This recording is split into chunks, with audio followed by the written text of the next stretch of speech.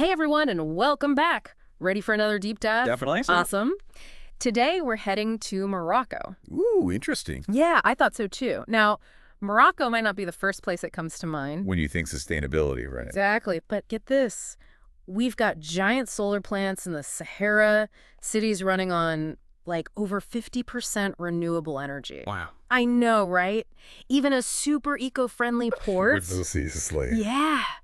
So we're going to uncover how Morocco is becoming a sustainability, well, kind of a superstar. You know, it is pretty remarkable what they're doing. For sure. Using their unique geography, some really smart strategies to become a leader in sustainability, and they're even, I think, surpassing some wealthier nations. Okay, so let's unpack this. One of the things that really stood out to me Mm-hmm. was Morocco's goal to get 52% of its energy from renewables by 2030. Ambitious. Super ambitious. Do you think they can actually hit that target?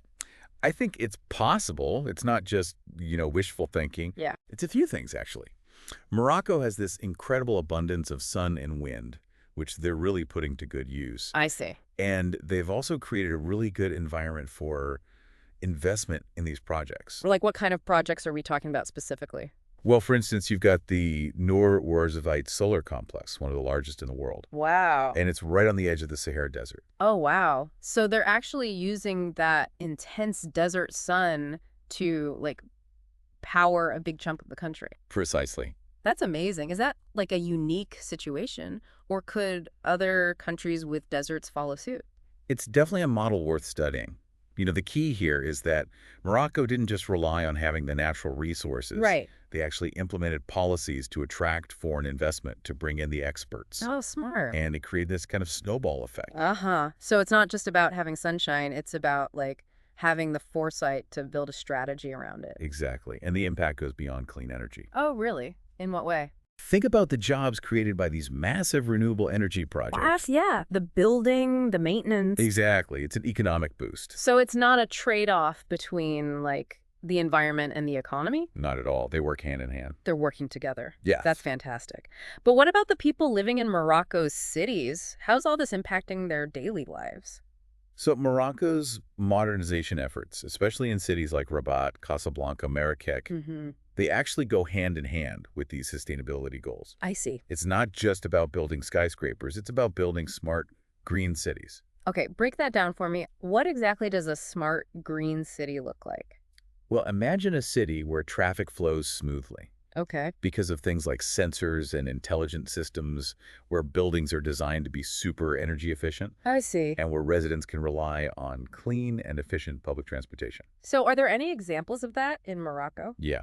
For instance, Casablanca has a really modern tramway system, which obviously reduces pollution, but it's also a nice alternative to cars. It's like they're weaving sustainability into, like, the very fabric of these cities. Yes, What about all those green spaces we talked about? Do they play a role in all of this? definitely. It's not just about making things look pretty. Right. It's about better air quality, reducing stress, and fostering a sense of community. It's about recognizing that a truly sustainable city puts its residents first. Makes sense. Now, there was one more thing that I was really curious about. Tangier Medport.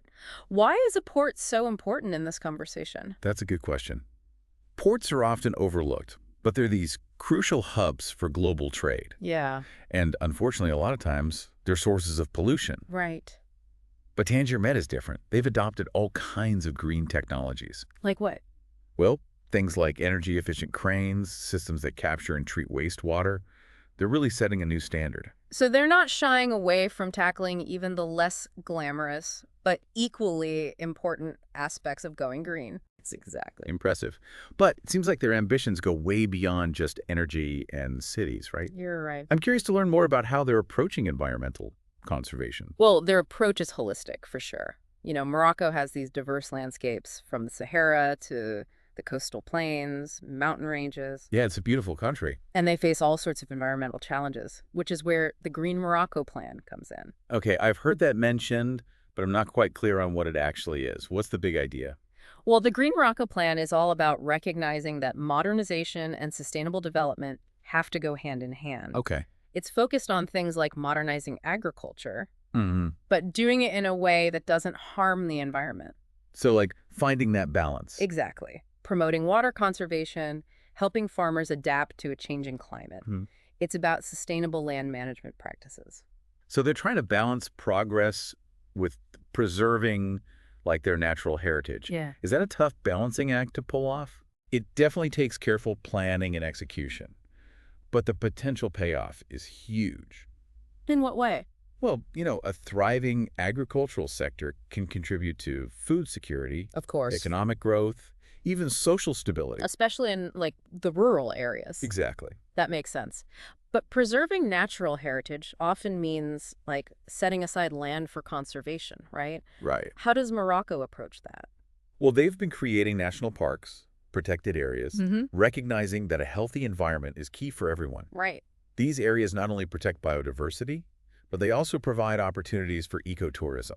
Which can bring in some economic benefits, too. Precisely. It's like they're finding these win-win solutions, protecting nature while also creating opportunities for people. I love that. It's really inspiring. It is. But we're going to have to take a quick break.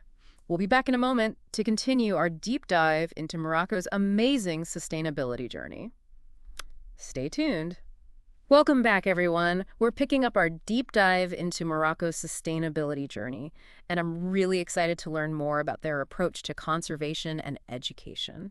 Yeah, it's quite impressive how they've integrated these aspects into their overall strategy. Speaking of well-being, I was really struck by how much emphasis Morocco seems to put on education. What role does education play in their sustainability efforts? Well, they seem to get it. They understand that real change needs more than just new buildings and infrastructure. Yeah. They're talking about a change in mindset, Yeah. and that's where education comes in. So how are they approaching that? Well, they've integrated environmental education into school curricula. Oh, wow. So they're starting young. Yeah, it's all about raising awareness, from a young age, teaching those values. It's like they're not just building those solar farms, they're planting the seeds for a more sustainable future. Exactly. And it goes beyond the classroom, too. Oh, really? How so? They've got these public awareness campaigns. Oh, cool. Promoting eco-friendly practices, encouraging people to make conscious choices. Like what kind of choices? Things like reducing water consumption, properly disposing of waste, everyday things that can make a difference. So it's about creating a culture of sustainability. Exactly. It's about understanding that everyone has a part to play. I love that. It's really inspiring to see a country taking such a holistic approach. But let's be real, no plan unfolds perfectly, right? You got it. What are some of the hurdles Morocco's facing in this green revolution? One of the big ones is making sure the benefits are shared equitably. What do you mean by that? Well, it's about bridging that gap between urban and rural areas. Making sure everyone has access to clean energy, clean water, a healthy environment. Exactly. And doing that regardless of where they live or their income. Right. It's one thing to have these shiny green cities. Yeah. It's another to make sure everyone's on board and benefiting. For sure. Another challenge is keeping the investment flowing. Yeah, I was wondering about that. They've had success getting funding, but reaching those ambitious goals they've set, that requires ongoing investment, both from within Morocco and from their international partners. How do they convince investors to, keep putting money into these projects? What's the return on investment, so to speak? It's not always just about the money. Right. It's about seeing those bigger benefits. Long-term benefits. Exactly. A stable, sustainable Morocco is good for everyone, really. Investors, the region, the whole world. It's about showcasing the value of investing in a greener future. Exactly. I imagine there are also some technical challenges, right? Even with the funding and the political will. Oh, absolutely. Think about integrating all these renewable energy sources into the power grid, building that smart city infrastructure, implementing sustainable agricultural practices. A lot. It's complex. It requires a lot of expertise, constant innovation. So it's not as simple as just installing solar panels and calling it a day. Not at all. Yeah. There's a lot of brain power going into making all of this work. It seems like they're up for the challenge. Definitely. And they're not afraid to adapt. What do you mean? Well, they're constantly refining their approaches, testing out new technologies, learning from both their successes and their mistakes. It's good to know they're not afraid to admit when things don't go perfectly. Oh, absolutely. Yeah. And they're willing to change course if they need to. That's refreshing. They see the path to sustainability as this ongoing journey, not a destination. Yeah, that makes sense. And their willingness to share their experiences, good and bad, makes them a really valuable role model for other countries. It's like they're saying, hey, come join us. Let's figure this out together. Exactly. And that collaborative spirit is what's so inspiring about Morocco's story. It's a good reminder that we're all in this together, facing these, global challenges. We are. And we can definitely learn from each other, both the wins and the not so wins. For sure. And it's inspiring to see that even a country like Morocco, with its own set of challenges, Yeah. can step up and be a leader. It shows that progress is possible. Definitely. Okay, so we've explored some of Morocco's achievements. We've talked about the hurdles they're facing. And, I think we've been pretty inspired by their collaborative spirit. But I want to bring this back to our listeners for a moment. Yeah, great idea. What can they personally take away from all of this? How can they, apply these lessons to their own lives? That's a great question.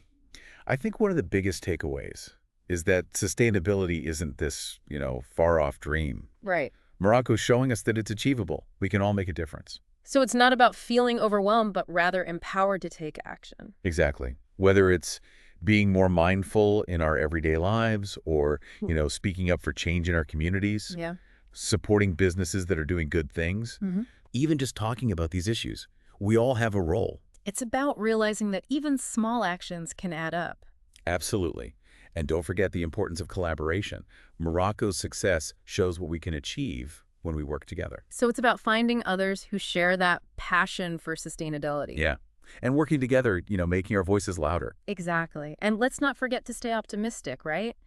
Morocco's story reminds us that even when things seem tough, progress is possible. It's about that shift in perspective, believing that we can make things better. And then actually doing something about it. Exactly. I love that. It's not about being naive. It's about hope and, believing that we can actually make a difference. It is. Well, we've covered a lot of ground today, but before we wrap up, I want to leave our listeners with one final thought. We've been talking about all the amazing things happening in Morocco, but it's easy to listen to a story like this and think, well, that's great for them, but what about my own community? What do you think are the most important lessons other countries or even, just our listeners can take away from Morocco's experience? That's a really important question. I think the biggest takeaway is that change is possible. Morocco is showing everyone, even developing nations, that they can become leaders in sustainability. They're not waiting around for someone else to solve the problem. They're taking charge. So it's not about feeling powerless or waiting for someone. No, they really thought about it. They looked at their strengths, like those amazing renewable resources. Right. And they built a strategy around them. It's like figuring out what you're good at and then going all in. But it sounds like they were smart about it. They didn't try to go it alone, right? Exactly. They worked with international organizations, private investors, even other countries to share knowledge, get funding, and make things happen faster. So it's a reminder that we need to work together. We can achieve so much more that way. Absolutely. Collaboration is key. And, they've also shown how important it is to be adaptable. In what way? Well, they've faced setbacks, but they've learned from them, adjusted their plans, and just kept moving forward. So it's not about having some, perfect plan from day one. Nope. It's about being flexible. That's encouraging to know, actually. You don't have to have all the answers right away. Exactly. You just have to be willing to adapt. And what's been really helpful is that they've been super open about their whole journey, the ups and the downs. So other countries can learn from them. Exactly. It's like they're saying, hey, here's what worked for us, here's where we messed up, and we're happy to share everything we've learned. That kind of transparency is amazing. Okay, so as we wrap up this deep dive, I want to leave our listeners with a final thought. We've seen how Morocco is making incredible progress, but it all started with a vision, a commitment to actually creating a better future. So think about your own vision for a sustainable world. What small changes can you make? What actions can you take in your community? Remember, even small steps can lead to big changes. Morocco's story is a powerful reminder that change is possible. It starts with us. Well said. It's inspiring, and it shows that we all have a role to play in making the world a better place. Thanks for joining us on this fascinating journey into Morocco's green revolution. Until next time, keep exploring, keep learning, and keep believing in the power of positive change.